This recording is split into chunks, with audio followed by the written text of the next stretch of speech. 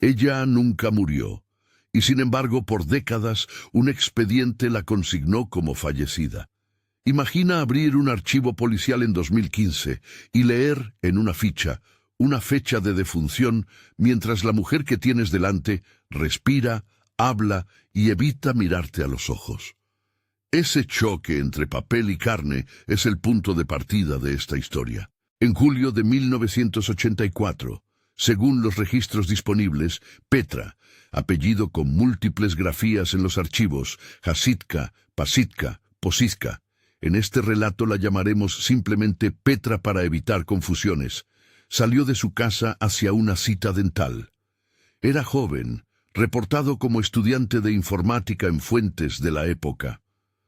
Antes de irse, dejó sus llaves con un vecino y subió a un autobús que nunca llegó a destino, según las versiones que quedaron en los sumarios. Esos son los últimos trazos firmes antes de un largo silencio.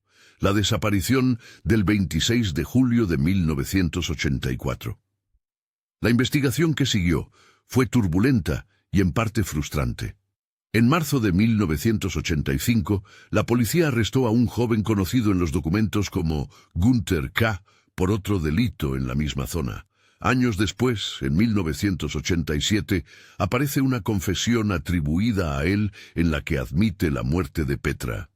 Sin embargo, no se halló nunca un cuerpo. El caso languideció, y en 1989, según consta en los archivos, fue oficialmente cerrado y Petra fue declarada muerta. Importante subrayarlo. La confesión existe en los papeles, la ausencia de restos es un hecho comprobado, y el cierre administrativo figura en los registros. Lo que no existe, por lo menos en la documentación pública accesible, es una prueba física que corroborara la versión del confesante. Entonces, saltemos al año 2015, cuando la trama da un vuelco que parecía imposible. La policía acude a un domicilio por un robo y la mujer que se identifica allí con un nombre distinto, mencionada en los informes como Mrs. Schneider, resulta ser, según cotejos y comparaciones de fotografías y datos, la misma Petra registrada en la ficha de los años 80. Ella declara haber vivido 31 años fuera del radar.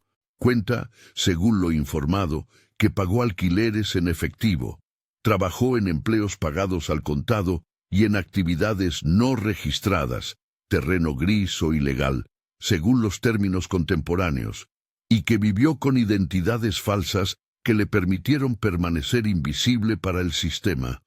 Se afirma también que antes de desaparecer habría ahorrado alrededor de 4.000 marcos, monto que, según las hipótesis plasmadas en los expedientes, pudo financiar un alojamiento discreto durante un tiempo. A la hora de reunirse con su familia, sin embargo, Petra se negó, rehúsa explicar sus motivos y evita el contacto. Esa negativa es un dato humano que pesa tanto como cualquier documento. No es verificado en el sentido de que no sabemos el contenido íntimo de su decisión, pero figura en los relatos de la reapertura del caso. Si ponemos en fila estos hechos, emergen al menos dos hipótesis principales para explicar la paradoja.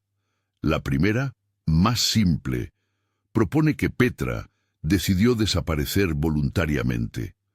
La segunda sugiere la intervención de agentes externos, con la teoría más llamativa apuntando a un posible reclutamiento por servicios de inteligencia en el contexto de la Guerra Fría.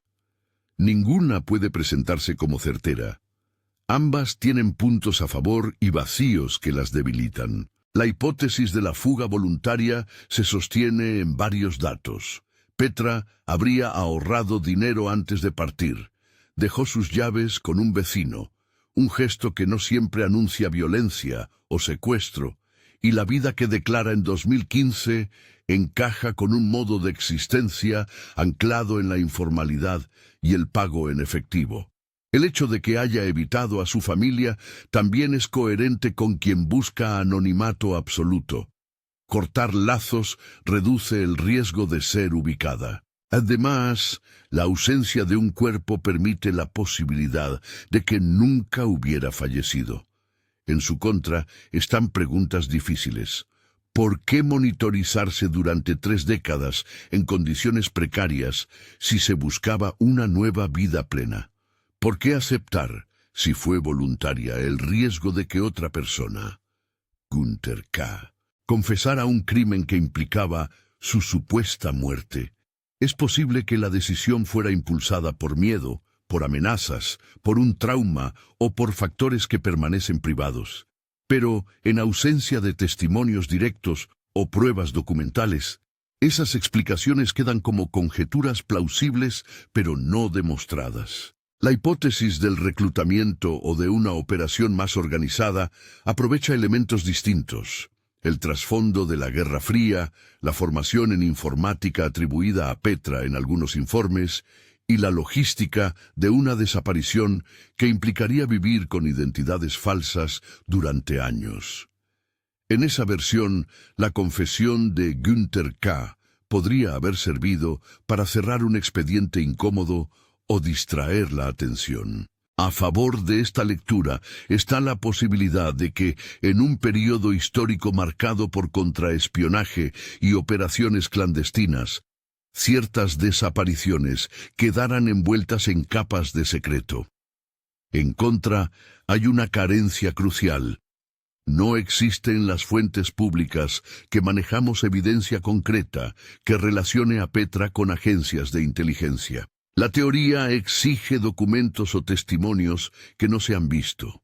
La legislación alemana sobre protección de datos y el secretismo inherente a los servicios hacen difícil acceder a archivos sensibles, pero esa barrera no sustituye la prueba.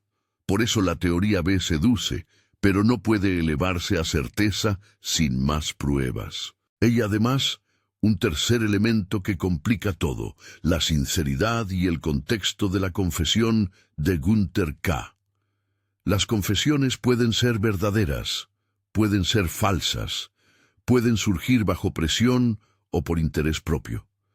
En un sistema policial que, en ocasiones, buscó cerrar casos con rapidez, una confesión sin cuerpo pudo haber sido suficiente para dictar una resolución administrativa. En términos legales, los expedientes muestran una decisión. Petra fue declarada muerta en 1989. En términos humanos, la familia vivió una ausencia que la ley transformó en muerte. En 2015, la presencia física de Petra deshace esa certeza administrativa, pero no responde de manera definitiva a la pregunta sobre qué ocurrió entre 1984 y 2015. También hay que considerar el papel de la privacidad y la ley en esta historia. Los informes que refieren nombres y siglas lo hacen en el marco de restricciones. Algunos apellidos aparecen con variantes, otros son parcialmente redacted o indicados con iniciales. De ahí Günther K., por normas que protegen a sospechosos. Además, los medios que cubrieron el caso en diferentes momentos aparecen en los papeles con referencias imprecisas. Uno de los programas televisivos citados en los archivos se nombra en la documentación como indefinido. Eso no es un descuido del relato, sino una consecuencia de los límites legales y de la fragmentación de las fuentes.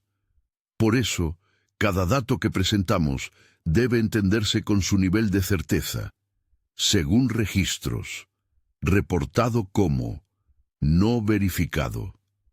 Lo que define este caso no es solo la posibilidad de una conspiración o la astucia de una mujer que quiso desaparecer. Es la tensión entre la verdad administrativa y la verdad vivida. La burocracia puede declarar muertes, cerrar causas y archivar historias, pero la experiencia humana, la decisión de vivir fuera del sistema, el rechazo a reencontrarse con la familia, los años de anonimato, escapa a esos sellos. Petra, bajo distintas identidades, sobrevivió a una etiqueta que la había enterrado legalmente. Eso no nos entrega todas las respuestas, pero sí un hecho incontestable. La declaración oficial no siempre coincide con la realidad de una vida. ¿Qué pesa más? ¿El relato simple de alguien que quiso borrar su pasado o la hipótesis de una operación que instrumentalizó nombres y confesiones? Quizás ninguna sola teoría alcance a explicar todo. Lo que queda, además del expediente y de las entrevistas fragmentadas, es la pregunta ética: ¿cómo respondemos como sociedad cuando los papeles y las personas cuentan historias diferentes? ¿Protegemos más la coherencia de los archivos o la dignidad de los vivos? Si esta historia te intriga, deja en los comentarios qué teoría te parece más plausible y por qué. Comparte también las preguntas que crees que deberían investigarse con prioridad. Al final, la historia de Petra, con sus lagunas, sus variantes ortográficas y sus silencios, no exige que tomemos partido, sino que entendamos los límites del conocimiento y el costo humano de las certezas administrativas. Ella nunca murió, pero durante 31 años estuvo para el sistema en otro lugar, un espacio donde el nombre se convierte en fecha en un papel.